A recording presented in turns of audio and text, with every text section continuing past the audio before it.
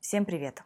Многие композиторы занимались изучением магии, оккультизма и эзотерических практик. С конца XVIII века до начала XX века были популярны всякого рода тайные общества, среди которых такие группы, как масоны и розенкрейцеры.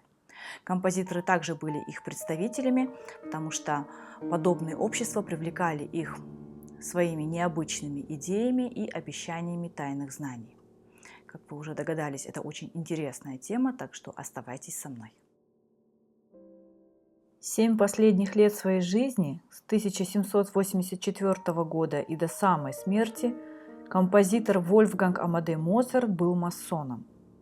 14 декабря 1784 года Моцарт прошел посвящение в степень ученика вольного каменщика, а к 1785 году уже был инициирован в степень мастера-масона.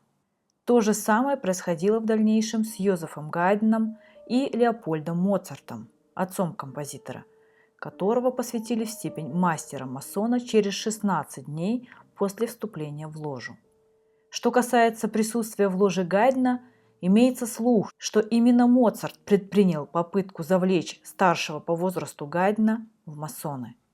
Именно в моцартовскую ложу Йозеф Гайден подал заявление 29 декабря 1784 года.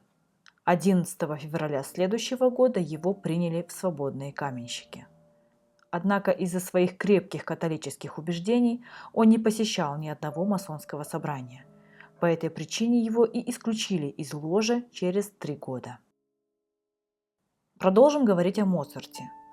Масонство сыграло важную роль в жизни и творчестве композитора. Среди работ Моцарта, посвященных масонству, преобладают вокальные произведения. В ряде случаев это небольшие хоровые пьесы, в других случаях это составные части кантат. Музыковеды отмечают характерные признаки этих произведений. Цитирую. Простой, несколько гимнический склад, аккордовость трехголосия, несколько риторический общий характер.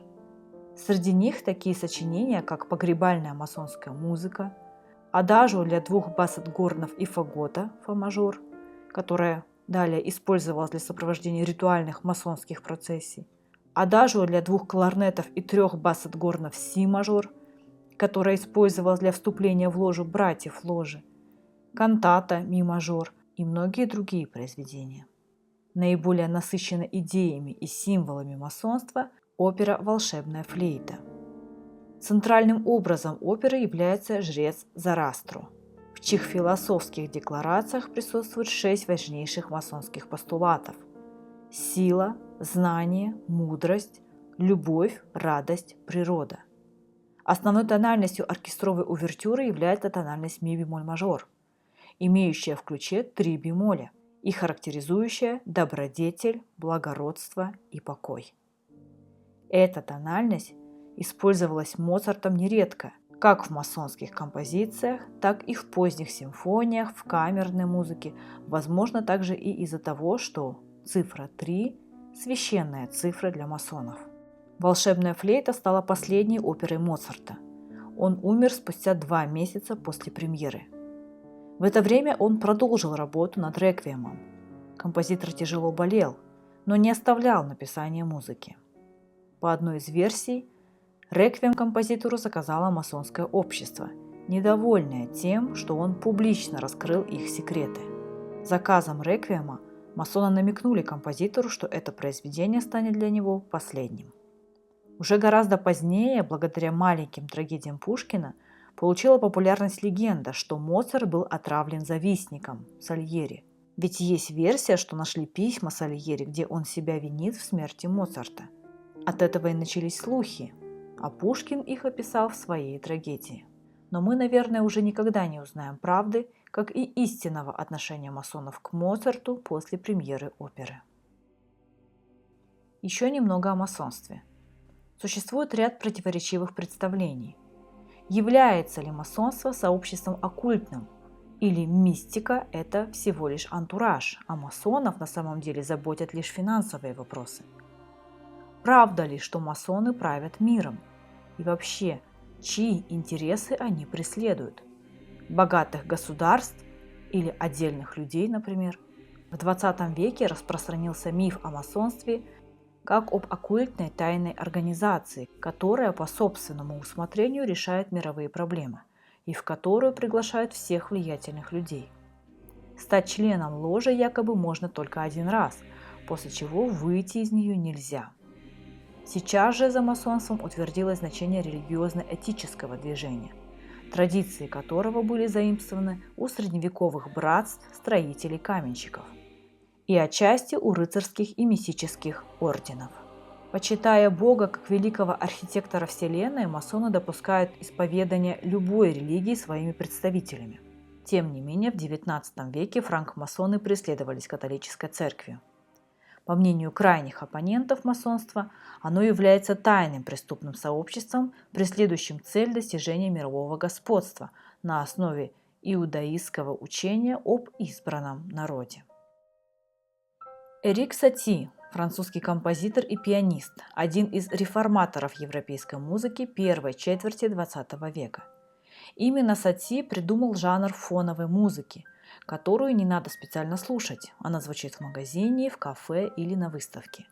Имеются сведения, что одно время Сати принимал активное участие в деятельности парижской организации розенкрейцеров.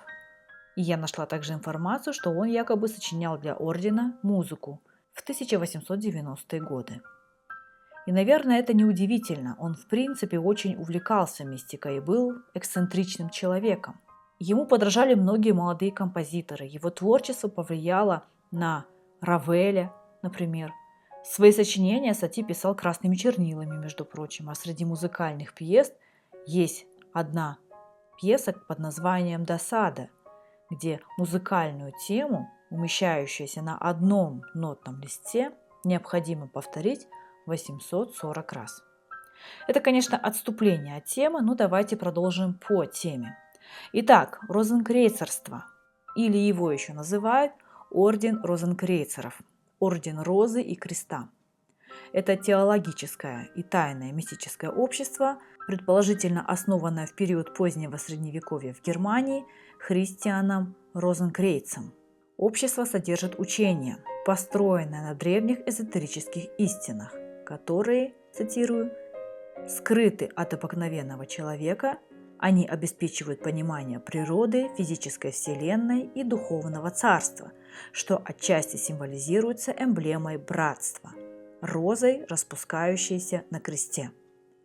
Розенкрейцеры ставили перед собой задачи всестороннего улучшения церкви и достижения прочного благоденствия государств и отдельных лиц. Розенкрейцеры брали на себя смелость утверждать, что им знакомы сведения о внеземном происхождении человечества и египетском тайном учении. В дальнейшем их работа была связана с мистической символикой и алхимией. Близость масонства и розенкрейцерства не отрицается ни масонами, ни розенкрейцерами. Причем последние, то есть розенкрейцеры, говорят, что масонство – это ветвь розенкрейцерства с уклоном в сторону политики и материализма. Но что для масонов очень легко вернуться на истинный путь, то есть путь розенкрейцерства. Масоны же считают розенкрейцерство ответвлением масонства с уклоном в сторону мистицизма. Бетховена в течение жизни очень интересовало масонство, а также его интересовала индийская философия. Он писал, цитирую, «Музыка – это более высокое откровение, чем философия». Подобно средневековой западноевропейской философии, индийская философия также занималась преимущественно религиозными проблемами. Однако она уделяла больше внимания размышлениям над познанием трансцендентного. Так Бетховен пришел к индуистской идее о том, что Бог нематериален и пронизывает сознание каждого. Он так погружался в создание некоторых своих произведений, что в это время оказывался практически потерянным для мира. В такие периоды он чувствовал, что с помощью своей музыки приближается к божественному разуму, становится единым с ним. Александр Скрябин также в течение жизни был подвержен необычным учениям, а конкретнее эзотерической философии, теософии и ее связи с музыкой. Оперы Вагнера знамениты богатым магическим содержанием, и его собственные философские взгляды были также близки к теософии, модному эзотерическому движению под предводительством мадам Блаватской. Рихард Вагнер был убежден, что цитирую, «реальность создается воображением», и надеялся, что его музыка может вводить аудиторию в состояние, подобное трансу. Он весьма эффективно использовал в операх скандинавскую тематику – артуриану, артуровские легенды, принадлежавшие кельтской традиции с акцентом на короле бритов Артуре и рыцарях круглого стола, что серьезно повлияло на целое поколение композиторов после него. Что же это за учение? Синкретическое религиозно-мистическое учение о единении человеческой души с божеством. Наиболее часто при упоминании термина теософия рассматриваются книги Елены Петровны Блаватской. При этом никакого отношения к ранним теософским концепциям, это христианский мистицизм, гностицизм, неотеософия Блаватской не имеет. Исследуя исторические формы религии, неотеософия стремится объединить различные вероисповедания через тождественность эзотерического смысла всех религиозных символов. Основное положение учения гласит, цитирую, «В основе происхождения мира лежит первопричина или абсолют. Все существующее во Вселенной, в том числе человек, несет в себе частицу первопричины. Человек имеет возможность соединиться с первопричиной». Учение Елены Блаватской опирается на индийскую философию, прежде всего на буддизм, индуизм и брахманизм. В учении отрицалось существование антропоморфного Бога-творца и утверждалась вера в универсальный божественный принцип – абсолют, вера в то, что Вселенная разворачивается сама из своей собственной сущности, не будучи сотворенной кем-то. Самым важным для теософии Блаватская считала очищение душ, облегчение страданий, моральные идеалы и соблюдение принципа братства человечества. Сама Блаватская называла себя не творцом системы, а лишь проводником высших сил, хранителем сокровенных знаний учителей, махатм, от которых она получала все истины.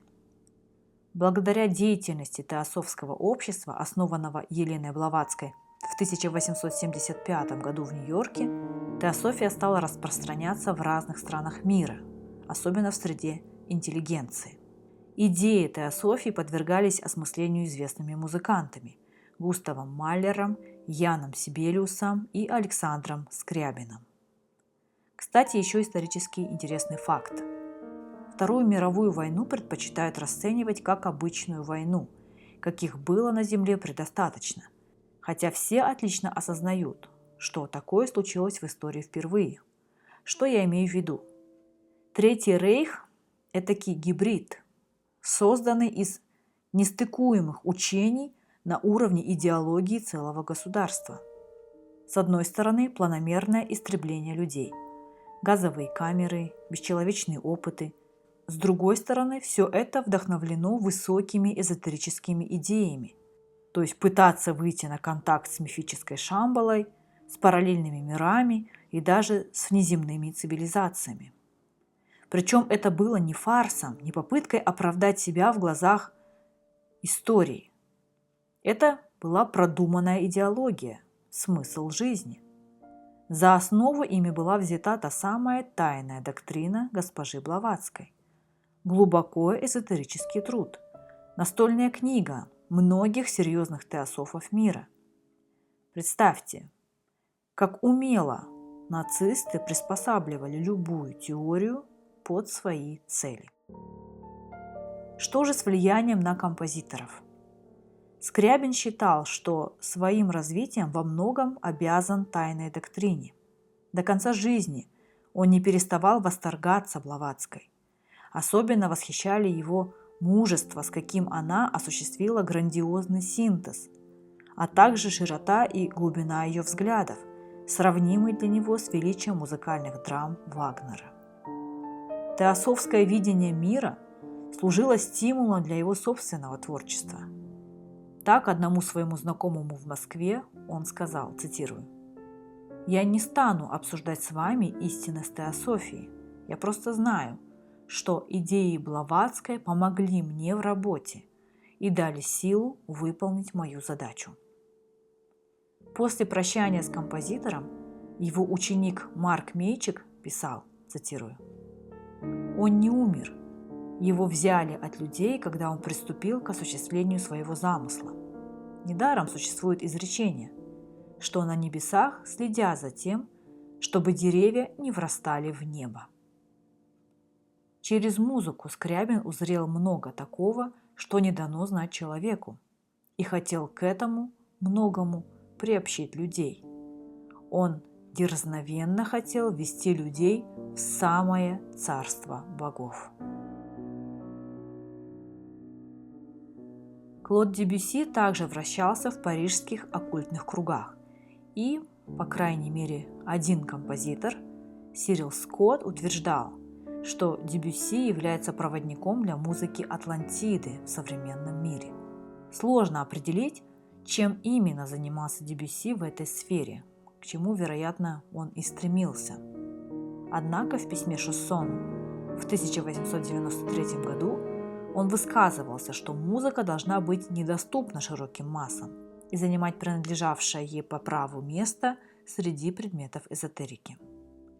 Итак, цитирую: «Музыка на самом деле должна быть герметическим учением, заключенным в настолько сложные для расшифровки и понимания тексты, чтобы ей неповадно было заниматься простому люду, который относится к ней столь же обыденно, как к носовому платку. Я бы пошел еще дальше и вместо того, чтобы популяризировать музыку в народе, создал бы общество музыкальной эзотерики». Это, конечно, примечательное мнение для человека, который сам написал более 140 произведений и преподавал фортепиано. Возможно, говоря о музыке как о тайном искусстве, он хотел оградить собственные творения от различных интерпретаций, заявив, что, цитирую, «нужно любой ценой сохранять присущую музыке магию, так как из всех искусств музыка больше всего ей подвержена».